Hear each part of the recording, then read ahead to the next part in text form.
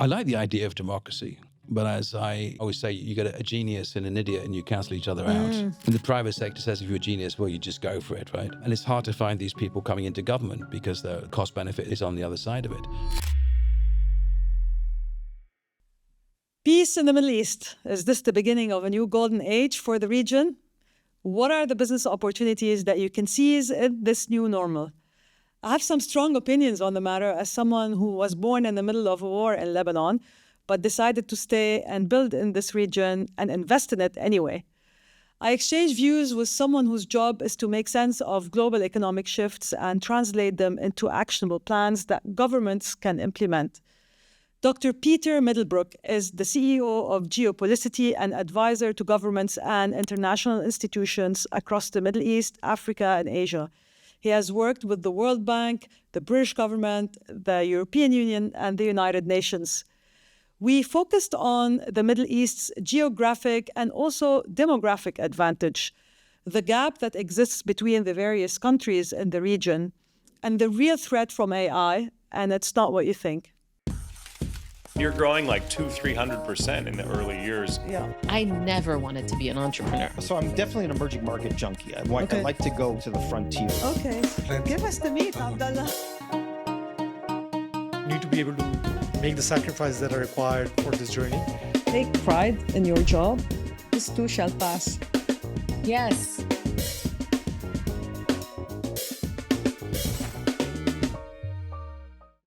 It seems a peace deal has been reached. What are your thoughts on this latest development? Well, sure. I mean, first of all, thanks for having me. The Middle East is a convergence zone. It's a convergence of cultures and technology and innovation and a geostrategic space which can't be copied. It's a major comparative advantage that it has.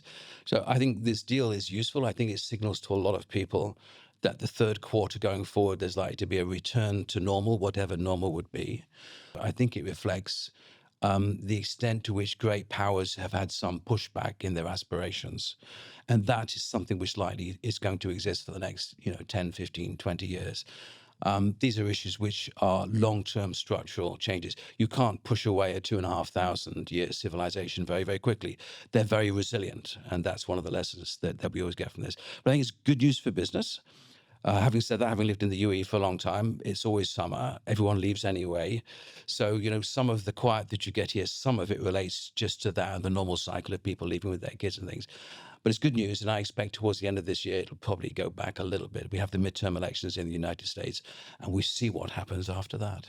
When you say it's a strategic place, is it just purely geographical, or do you think there's something about its culture and makeup as well that makes it a unique place? The Middle East, as it's conventionally termed, if you go back to kind of the Islamic golden age of 750 CE, and you look at Ibn Sina and Batuta and Kildran and Rumi and Gibran, all these other great philosophical thinkers, all of these people, and many of them, they laid the foundation for the kind of the European Renaissance, if you like. So this is exactly how it works. Now, we are probably moving back into a golden age for the Middle East.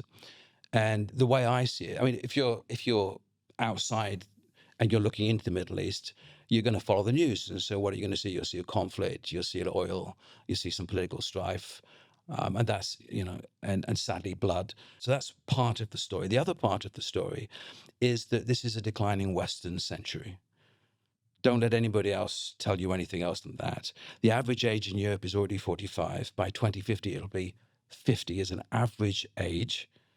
And you get what is called a demographic dividend of young people who are coming in, innovating, driving growth. So that's being taken out. And then you have the debt crisis in the West as well. So part of this is what we call the pivot to Asia. And I believe, and this is probably an oversimplification, Dubai is, I would say, a replacement for New York. Definitely a simplification. I always say uptown Dubai, downtown Dubai, uptown New York, downtown Dubai. This is now the gold and diamond trading hub of the world, one of the commodity centers. And just up the road, it's going to be called Dubai World Central. These are not by accident. So the Middle East is central to the pivot to Asia between Israel and India and China and everything else between. And this is a return to where we were 2,000 years ago. 2,000 years ago, the economic center of gravity of the world was in Central Asia. And since 9/11, it's been pulling back. So in the long run, I've always seen Dubai as a city of light. Interesting. And I think it will probably remain that way. Interesting that you would say that you believe it would be the return to the golden age. I think that's I think it's happening already. Exactly, yes. okay. So again, it's mostly because of its location, as I understood from you, and it being sort of like when it comes to infrastructure projects that you alluded to, right? Like to be basically in between Europe and the East. Infrastructure for trade logistics, for a frictionless trading system is going to be critical. But I think there's ideological issues here as well. And we, take the Abraham Accords, for example. Abraham was the patriarch of the three major religions, right? Okay. And that's what you see here, an incredibly tolerant society. They took Friday, which was the public holiday, the Islamic holiday, they shifted it to Sunday. Right? You can now trade on a Friday. Yeah. All of the accommodations to allow multiple cultures to coexist. And certainly for the UAE, which is incredible, the Emiratis are a very small percentage of their own country. You couldn't play this out in any other country of the world. You couldn't flood another country with 95% of not you and expect to have stability. So this accommodation is there. The infrastructure is being built out. This is a capital trading hub. It's a clearing house. And more importantly, I think, is that the Middle East is beginning to find its own political voice around an emerging ideology, which is largely economic and financial. And that's different. It's not like the world defining what the Middle East is going to be. It's the Middle East defining substantially how it's going to be seen by the rest of the world. Space agencies, AI, AGI, robotics, all of the amazing innovations, which they're very quick to move towards as well.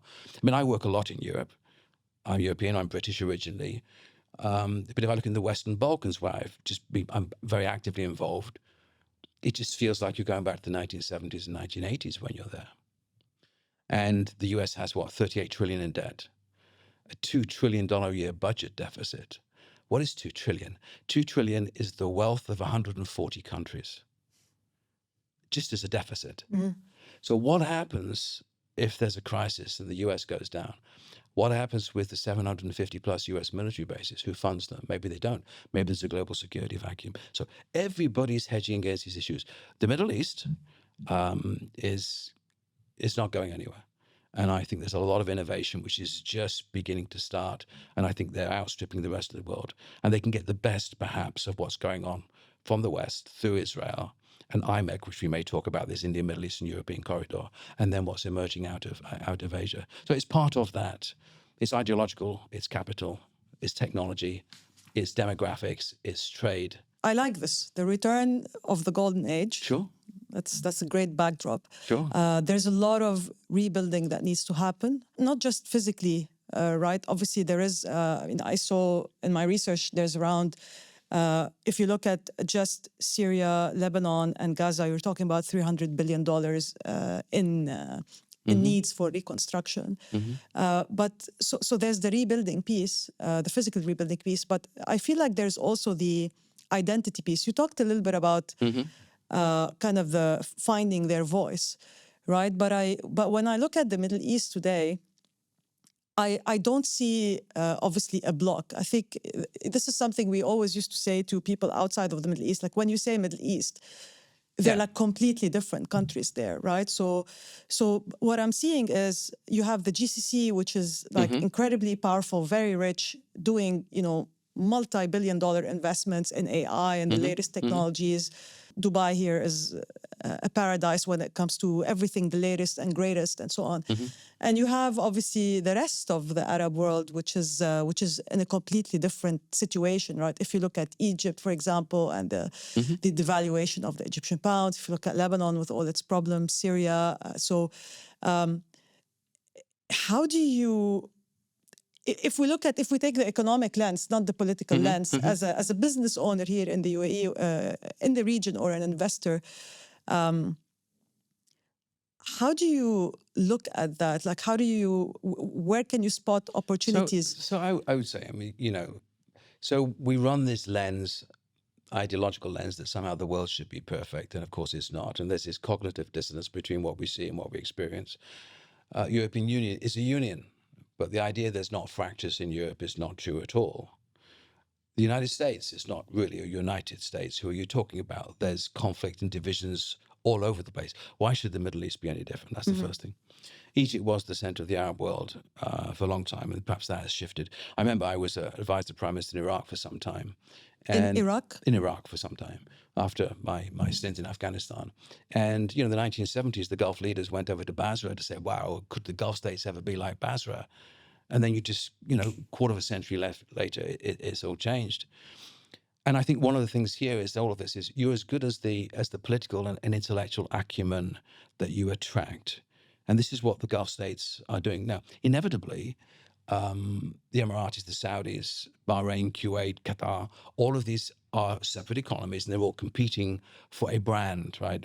What sets us apart? What differentiates us? How do we attract FDI and so forth?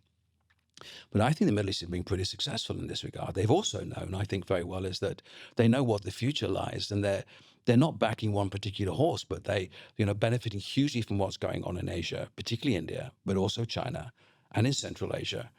The Iran piece is a whole other separate discussion. And then what's coming out of the West, they're also delving significantly into Africa. Africa has a very young population, and we'll have a population of 4 billion people by the end of the 21st century, unless there's, some major crisis, a huge market itself. So the Middle East is sitting here. Now, there's always winners and losers, and there's always moments of mild turbulence, like we've just seen. But people seem to be very myopic and a very short memory. So in a year's time, maybe no one's even talking about this. It's quite possible. Markets move day by day and so forth. So I know it's been a quiet period. I know probably lots of people are hurting as a result of this. But it will bounce back, of that I'm sure. And sometimes you have growing pains. This is a growing pain. It was the Persian Gulf, became the Arabian Gulf. I mean, how does the balance of power sit within all this, right? Iran has a population of, 93 million. All the Gulf states, GCC 63, but it's largely foreign. But if you look at the major differentiator, GDP of the Gulf states is much, much, much higher than that of Iran. So is FDI, so is innovation and so forth. Iran is an amazing civilization too, and it sits there between Russia and China and all this kind of huge trading bloc as well.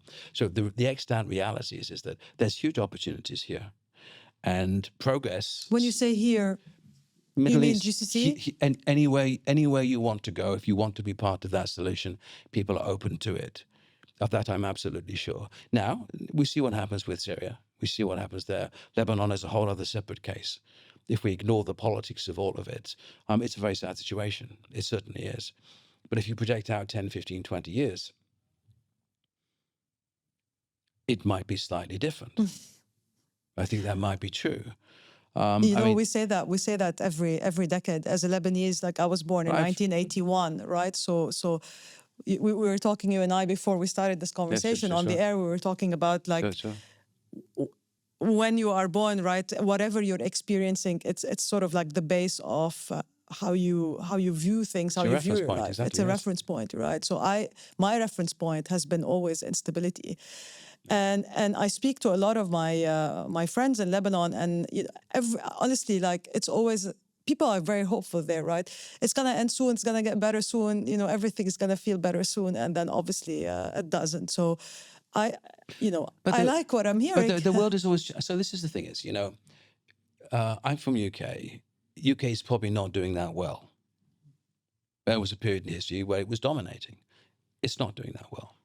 But this is an oversimplification, but if you go back, we used to have religious states and nation states, the idea of that. Now, sovereignty still exists, but we're moving into a hybrid reality where transnational corporations and AI and other things become really important. So which is your biggest identity? Is it your virtual identity? I mean, get rid of your podcast, get rid of everything, and then ask who you are. So much of your identity is actually not necessarily fixed in the fixed assets of the place that you live in this world. And we're beginning to go even further than that. So it's what we call this hyper-global, hyper-local reality. Where Can you explain that? Yeah, so this point of singularity, which I'm already at, I can't differentiate myself between where automated AI, AGI, and I come together. We seem to be fully in the same space. So, is that what singularity? Is that what you mean by singularity? The point of singularity is the point you can't differentiate between the virtual and physical realms, right? They're interoperable, and so that interoperability is something which humans are striving to achieve. And if you stand right back, and this is a wider discussion, we always say we're a type 0 civilization and we're trying to become a type 1 or type 2 civilization. And that means we need to be collaborative, not competitive. Much needs to change, and we should welcome that. So for business owners, for investors, for people that are looking at a kind of the post-conflict now Middle East, where do you see the opportunities? Again, is it mostly obviously the GCC, which is becoming a talent magnet where all the investments are happening, or do you see that there are also opportunities outside of this bloc, like people like the rest of the Levant, like Iraq, like Syria, like Lebanon, like Egypt? But if you're an investor, you're investing long-term into this space. The reason I mentioned about this hyperglobal, hyperlocal is the reality is most businesses trade online. That is their interface with the world. Okay. That becomes their identity. And so you want a government that facilitates that. And the UAE has done a great job on that. I mean, they really have. I mean, they're still pushing the boundaries and all of this. So we're going to end up with a frictionless world. We're going to end up with a world where it will attract talent by definition. If you give people a tax break and they can't get ahead somewhere else, they're gonna come here and do it. Relative stability, great lifestyle, and I know there's competition amongst the various countries, but there's competitions between businesses. So I think there's huge opportunity. I think the demographics are good. I think they're a great market. China needs to get access to the rest of the world. So does India. If you look at IMEC, the India, Middle East, and European corridor. And that's because Can you say a little bit on that, just for the listeners, if they? I can. So IMEC is a kind of I guess it was, forget where the brainchild came from, but it became a G20 move.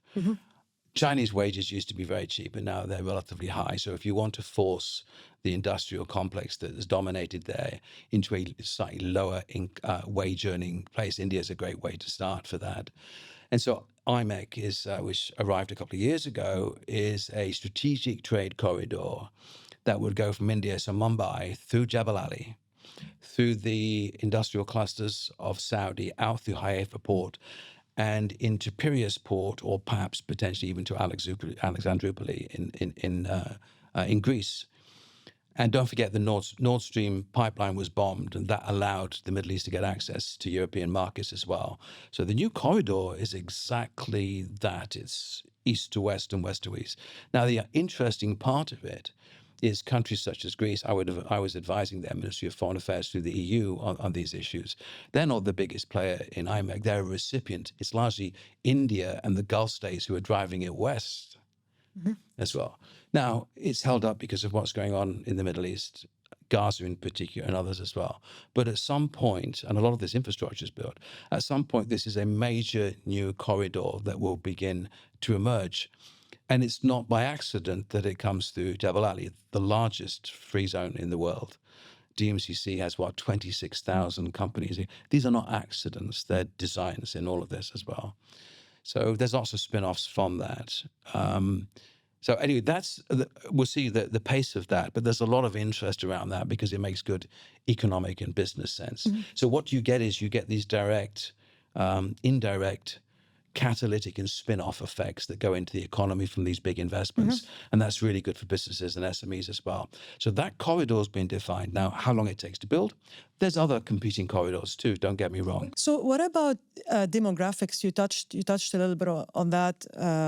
I believe your PhD was around that, right? Yeah, indeed, yeah. So maybe let's talk a little about that. Everybody talks about in every single business pitch I hear about this region, there's always it's 60% of the population are under the age of 30. I hear this all the time.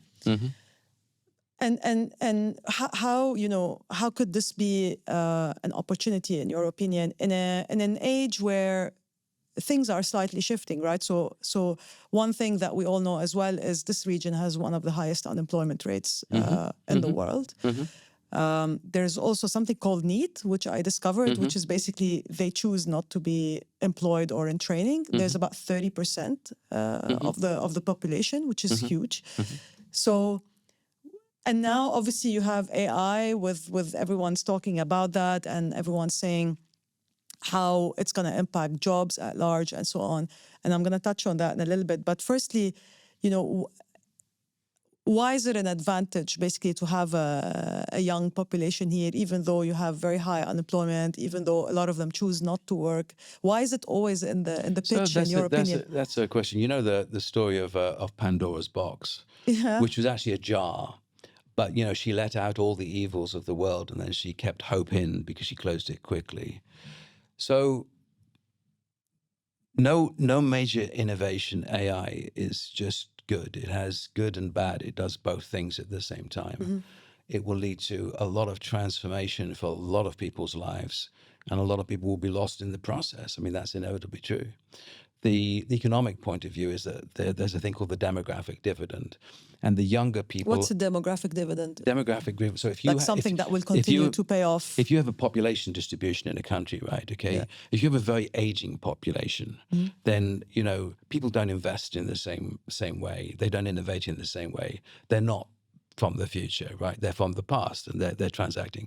But you know, if you have a demographic where you know it's shaped like this, and there's a lot of young people there, then you know very well the rate of return to an individual and their contributions to GDP, just by the nature of having twice the length of life to go, is a significant driver. So the younger population is now. If you have large-scale unemployment, it's not necessarily an advantage. That's definitely true. And the biggest challenge, and I don't think it's just to the Middle East, but I think globally, is that what AI, in all its brilliance, most likely will do is to destroy a lot of the traditional kind of white-collar workers. And these are those who invested in the tertiary education system, you know, accountants, auditors, coders, all of these people. And these people do what? Well, they pay the debt and they pay for the social protection system. So when you strip out the white collar, you have a problem because you have too many people who can't necessarily be employed within this. So look at the UK, for example. We're a capitalist system. We have a socialist budget. I mean, 70% of our spending is probably on pensions and welfare and a bunch of other issues. So as you get into, and you go back to Marx and Engels and all of this, if you get into a mature society, a climax capitalist system does what? It gets like Elon Musk, a trillionaire class, and then a lot of disenfranchised people. And that, I think, is true everywhere. It's certainly going to be true in the West. So that is a real challenge for us. And we have a real problem because there's no kill switch on AI. There's no way of saying we want to slow this down to allow society to be able to adapt. Now, for the Middle East, if you get the next generation of productivity and industrialization and trade through hubs like this as well, probably the employment multipliers are probably quite good. But in certain places, I mean, we were doing work on employment multipliers in Egypt, for example. There are pockets of unemployment of 40% or 50%. And so how do you build a social contract in a society when people are completely disenfranchised and don't have the same view on their lives and their careers? That's a troubling situation, I believe. Philosophically, I think we can solve it. But from a market economic point of view, we can't. And so it's one of the challenges we face, and it's not an easy one. What do you say to somebody when they spend 30 years of their life and they still haven't earned $1 and they're very educated, but they'll never work? Yeah. It's a horrible situation. So, I mean, I've always been pushing for a global political party, and part of the reason for that has been that some of these issues don't seem to be picked up anywhere. These are huge issues. Unemployment, you mean? Oh, unemployment, underemployment, people not even knowing the purpose of their life. Right? I mean, this can happen writ large because of this. So we need to navigate these new waters. So when you talk to governments, for example, you were advising the government of Egypt. Again, it does look like a very dire situation. So what do you think needs to happen? So this is a very complicated one. So with Egypt, I helped them draft their sustainable financing strategy, which we launched with the Prime Minister last year. And there's some very smart people there. But governments are also a little bit monolithic. I mean, they're slow to adapt. Yeah. They're full of civil servants who may or may not know. And so even if the leadership knows, they need to transact it through. But the question is for me is, at what moment of history has any different challenges to the kind of ones we face today? They've always been slightly different in nature, and somehow we've managed to be able to get through them. Now, inevitably, we may not end up with a universal minimum wage. I mean, you could tax the most wealthy and it will be fine. But the I idea, hear there's a lot of talk around that, by the way. but you know, I would say it was a misallocation of capital. I mean, you have, and I can't remember the figures exactly, but you have anywhere between 500 and 700 trillion dollars in futures and derivative markets. There's not a money problem. We've extracted all of this wealth. Now, how to reinvest this? You know, this is a real problem. There's people on this world who earn in 1 week what the entire UN would spend in a year. Yeah. And there's many reasons to support the UN, which I do thoroughly. There's many reasons to ask it to do a better job. It's a completely separate question. So on the global governance side, I mean, part of this hybrid reality is that you end up with a lot of the globalizing factors tend to be in the digital sort of domain. I'll give you an example. Any cryptocurrency that's initiated is not national. It's instantly global. Any app is instantly global. AI is instantly global. So this is a thin veneer that people are representing themselves. And then they come back through and they say, well, you know, I always ask this question. You know, if you had a choice between having your phone and your laptop or your government, what would you choose? Your phone. Right, but that is governance. It's not government, it's governance. So governance factors are changing. I think most governments are aware of it, but they're still running a fairly conventional game, education, health, macroeconomic and fiscal frameworks as well. But the best countries, the city-states in particular, are doing very well. Places like Ethiopia are beginning to do quite well. Kenya's been doing quite well. Rwanda's doing quite well. On employment, are we talking about, or are we talking generally economically? So the employment thing is, if you have a slightly more agrarian society, people tend to be employed that way. I mean, urbanization is going to increase. I think the levels of unemployment are likely to increase substantially. But then we're going to have to change the nature of employment. You know, it's not necessarily going to be 40-hour weeks or whatever. I mean, we can figure that out. So the definition of what employment is. But my point is this, is that somehow as a species, we're going to have to change. Yeah. The capital which exists and it's been extracted is going to have to find a market. There's no point in producing all this, stripping the labor out because of robotics, which is definitely going to come very quickly, and then not having people with a disposable income to be able to buy what you produce. How to do this? This is the human crisis. I mean, what's new? And by the way, if you took these challenges away, life would be very boring. Exactly. It would. So you know. You know, we talked about it a lot in the private sector here. We always say, I mean, I was an entrepreneur. I started my business back in 2011. And my business was actually an online marketplace for freelancers to connect basically companies with freelancers. Ahead of the curve.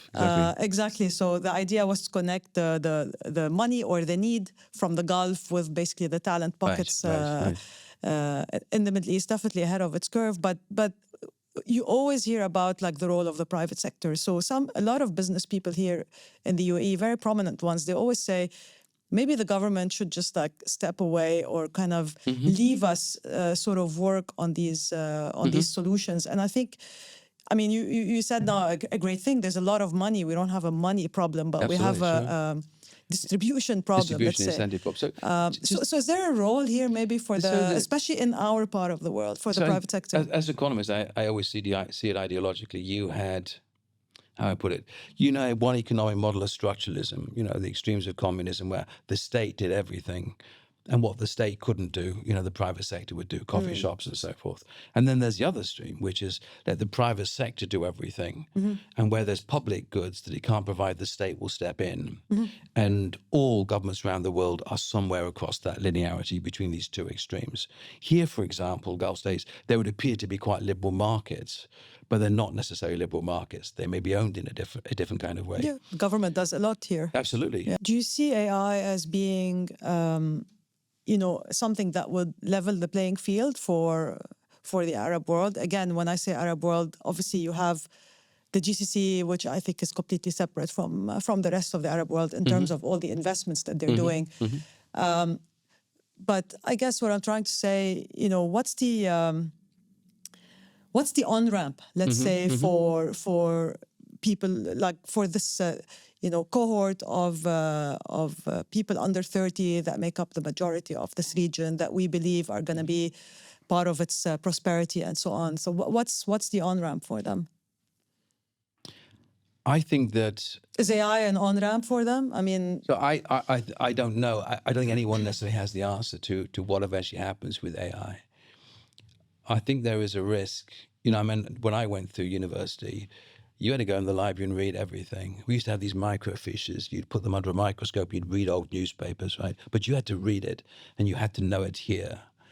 We're now in a different world. You don't have to know any information. You just have to know what question to ask, and that's what's happening here. So the way I think about it is this: is everything which existed in the physical realm in terms of knowledge is now in the virtual realm. So you can find it here. Now, the argument would be for any child who is born in a disadvantaged society, all they need is a smartphone and they have access to all of the information in the world. There's never been a moment in history where that has ever happened. Yeah. It's absolutely liberating for that individual. It doesn't mean to say that individual is going to be successful. There may be other things in their family that stop them from happening. Gender might be a big issue that stops them getting ahead or whatever.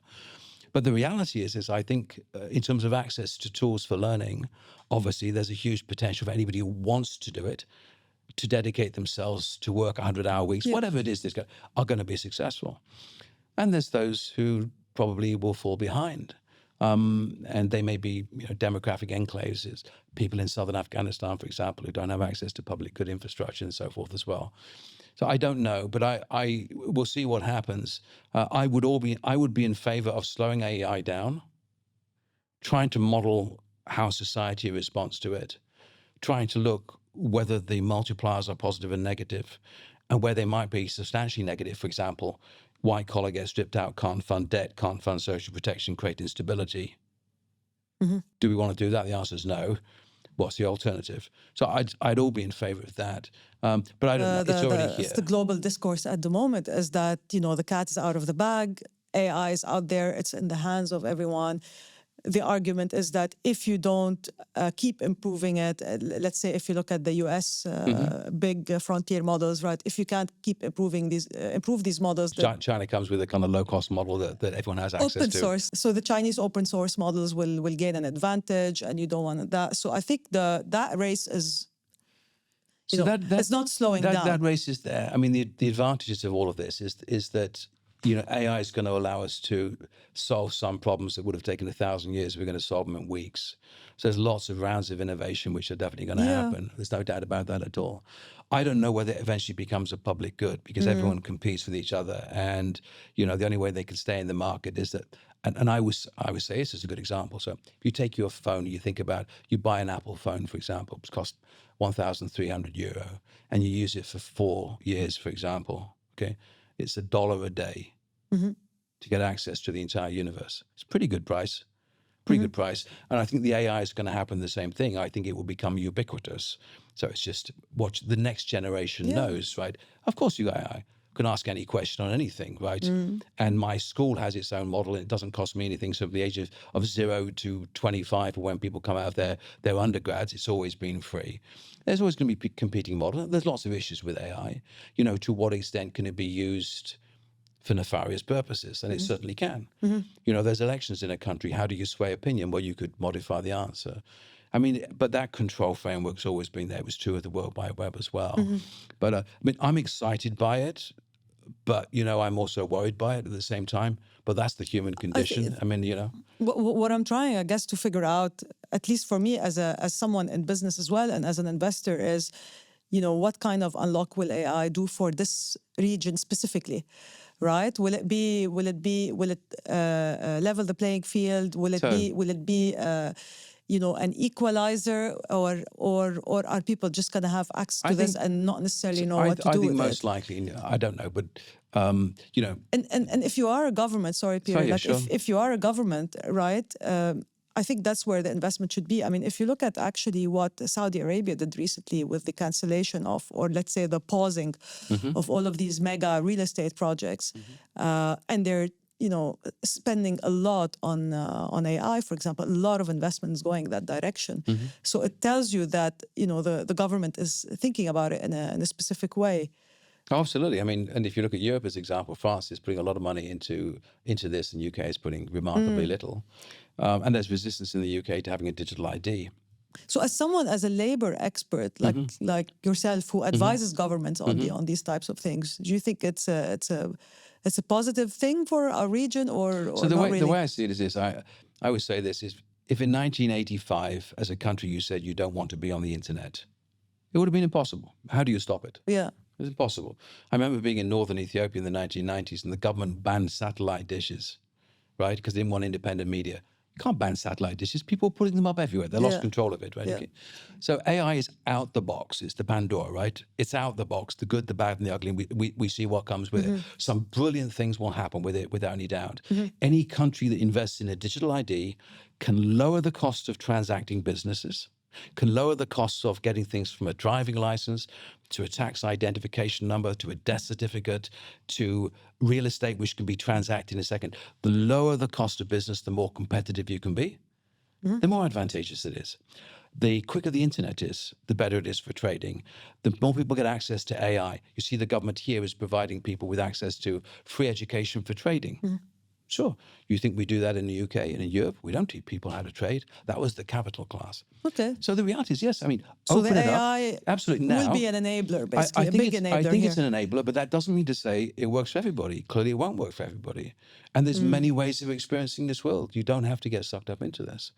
You can spend your life in forests, being involved in conservation. I mean, or you can become an historian, go and look at what's really underneath the Great Pyramids, which they've just discovered that no one seems to want to look at. So there's lots of little universes that you can probably look at.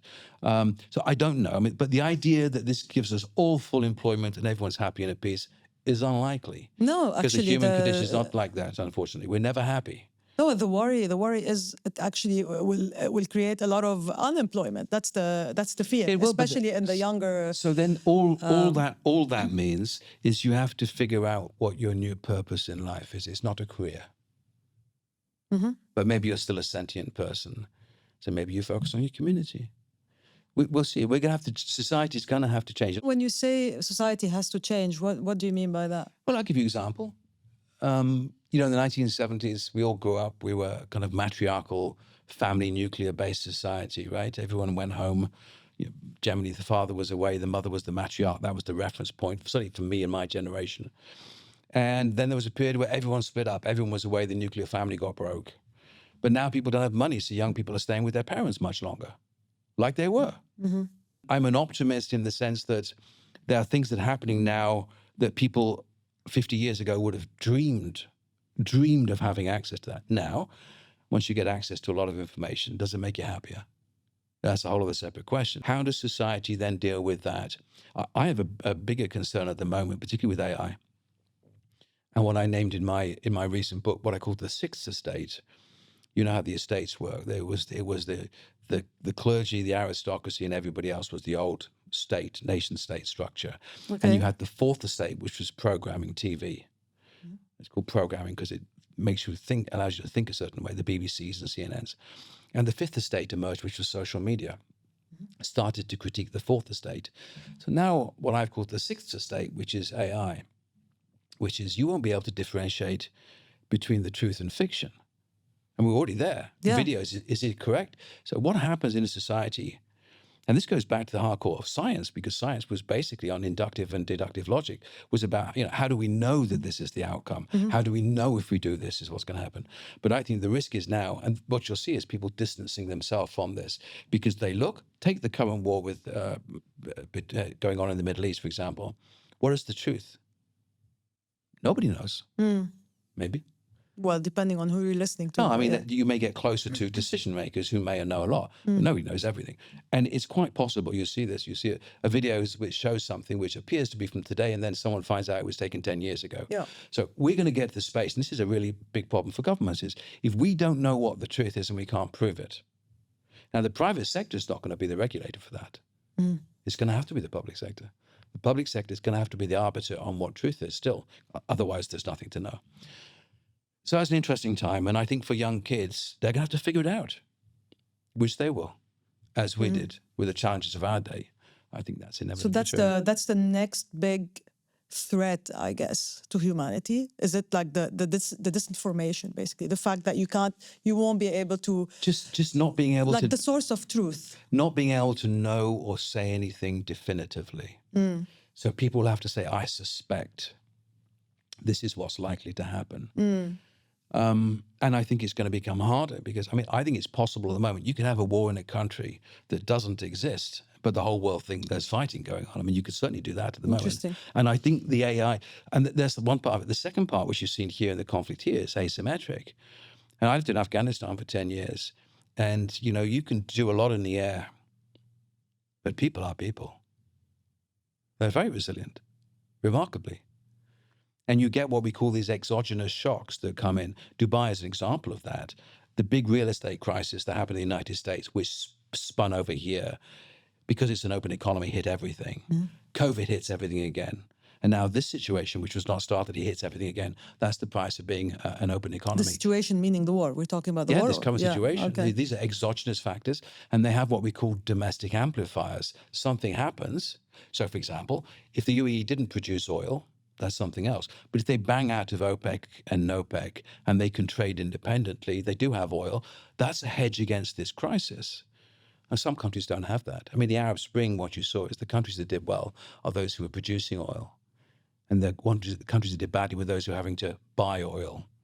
And these are different kind of outcomes in all of this as well. So I do believe that at least in the UAE, I mean, I haven't experienced the other GCC. I live here, but every crisis has sort of created a lot of steps and measures that the government has taken to make it more resilient. I think this one is not going to be any different. So there's the old saying, never waste a crisis. Never waste a crisis. And I think that is critical here. The question is how you learn from it. The UAE is not an accident. This has not happened accidentally. The major structural changes that are taking place to demographics and trade are not an accident. Chinese population is coming down hugely, but they could replace it with robotics if they did quite well. So labor could be robotic. It wouldn't have to be people, right? There's all this element which is going to happen as well. I think they still have a lot of people, but okay. No, they do, and they have they've had a lower cost of production, but they do have issues. I mean, you saw, Venezuela was taken out of their energy field. There was an attempt to take Iran out of their energy supply side. So they certainly had their constraints to it, but they're very adaptive. And this is the thing, is right. I think. So, one of the challenges, I like the idea of democracy, but as I always say, you get a genius and an idiot and you cancel each other out. There is a risk of that. And the private sector says, if you're a genius, well, you just go for it, right? And it's hard to find these people coming into government because the cost benefit is on the other side of it. So what you need is a model where the state, and this is some interesting models beginning to emerge, where the state sees these kind of issues and mediates a path that is more successful. I think this is an interesting one. Dubai is quite like a corporation, the way it works, right? The social contract is an interesting social contract. But for example, do people believe here that government is effective and strong leadership, and they know they're trying to build the future? Absolutely. Yeah, 100%. 100%. Yeah. Elected or not, 100%. Actually, for me, it was the first time I believed in that. Obviously, coming from a place like Lebanon, and even looking at the rest of the Arab world, it's I always thought, wow, how remarkable is it that actually the people in government actually care about the people. So this is the thing. How sad is that? Actually, that's the yeah, no, absolutely, like the basically. So the basic government. was you're a taxpayer, and everyone in public service is your employee. Yeah, exactly. That's certainly not the case. That's the basis for it. But good public service individuals which come out of good civil service traditions, they do that. They do it very well. I think the problem that we have is that, and you can see it globally, is that the political model we have often led to us electing really the wrong people. They didn't really represent us; they represented themselves or something else, and that's a real problem. There's this great French quote from years ago. I forget who it was from. It says, there go my people. I must follow them because I am their leader." It's really, really powerful. And you can look here, for example, if this society is moving a certain direction, help it. If it's not moving direction you think it should move it, encourage it to be able to do so in that regard. And effective governments do that very, very well. Yeah. So if I have to wrap this discussion and maybe just share some key takeaways from what we discussed, basically what I heard from you is the following. The Middle East is situated geographically situated in a place that's going to become even more advantageous, let's say, moving forward. It is truly the link between the East and the West.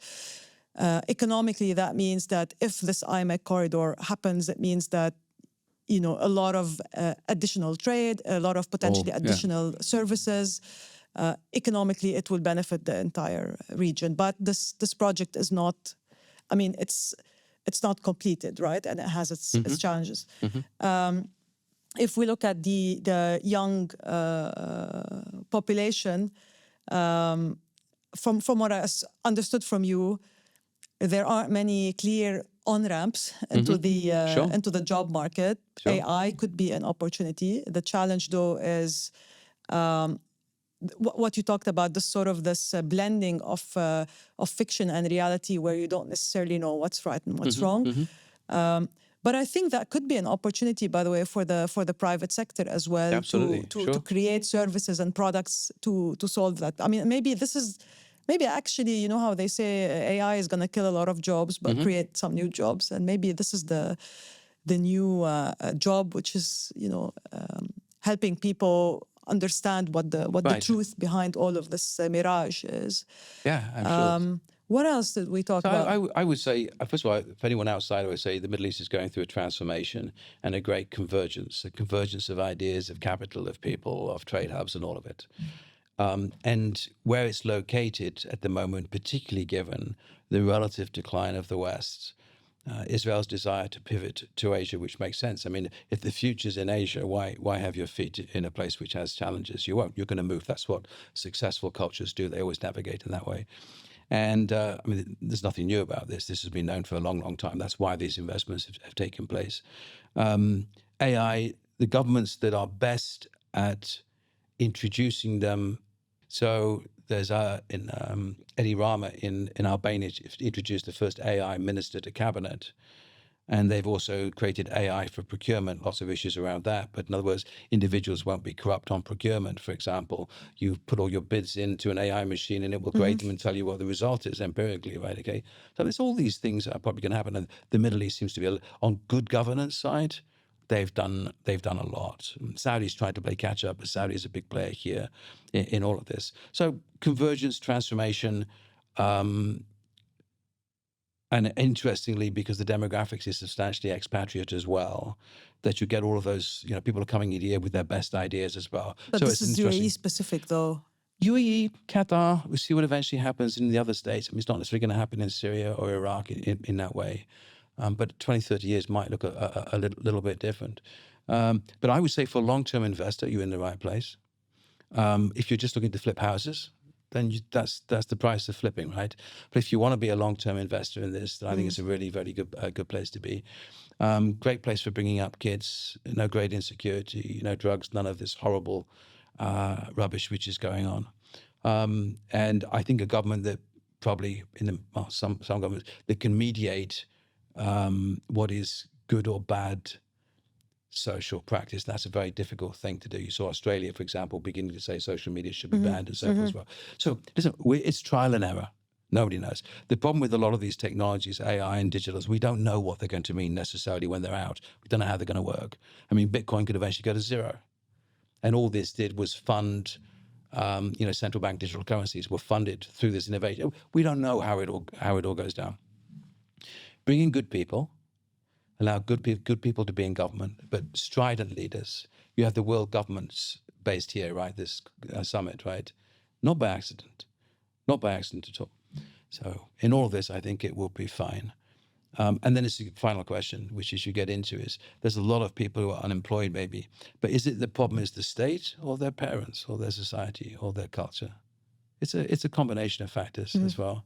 The state's job is to be an intermediary in all of this, and we see what if you ask me, I feel like this is where the biggest investment need to be. Absolutely, it's to give people, as you said, give people a purpose. You need a society. Give people a purpose, and I think people without a purpose, that's a very dangerous absolutely thing to have. Well, you can get. I mean, I have property in business in the United States, and there's lots of great things that happen there. But if you walk down the street and there's someone homeless and you just don't care, you just walk past. Yeah. That can be you. Yeah. It can be you. Not even for your own fault. So a caring society cares for everybody. It's structured that way. When you break that social contract, you create these fractures of not caring. You can see it with drugs in LA and things like this as well. So these are very, very negative things. These are governments not doing their jobs, not doing their jobs. Life is an experiment. Yep. I think that's inevitably true. And this is a good place to view it from, probably. Agreed. Well, thank you so much, It's Peter. my pleasure. For being here. People can reach you on your website, right? Indeed. PeterMiddlebrook.com or Geopolicity.com. Exactly. Or yes. Geopolicity.com. Exactly. And obviously they can check out your books as well. They certainly can if they're desperate. Okay, so can you just, you have 2 books at the moment? So I just put out 2 books. One, which is the title almost needs defending, but I did it deliberately. It's called How to Make Britain Great Again. Has nothing to do with the US movement. It's because we have deep problems in the UK, and they're not going to be fixed unless we go back and fix them. And I'm thinking about that. And one, which is a book called Rich Student, Poor Student, which I'd encourage people to get. It's on Amazon, obviously. And it was predicated on one thing. I was the head boy in my school. I was the head of my football team, rugby team, and everything, but I left with no qualifications because I didn't like education. I didn't like what I was being taught. I felt like I was much freer than that. And I realized, and I put the philosophy in the book, which is, as a student, you're taught to be an employee and a consumer, not an entrepreneur and a producer. It's a completely different mindset. So if the software you're running determines who you are, if you're running the software to be an employee, you're just waiting for a job. We're not going to be living in that world, right? Okay. So you have to change the software you're running, which means you need to change the entire education system. So the book was around that, probably. Brilliant. Brilliant. Interesting. Thanks for having me, by the way. It's been a pleasure. Thank you for this conversation. Thank you to everyone who tuned in, and I hope you found it beneficial. If you want to know more about my work, you can visit my website withloulou.com. Make sure you're subscribed wherever you're listening to or watching this podcast, and spend half a minute to leave us a rating and a review. It really helps in getting the show discovered. I'll see you in a week or so.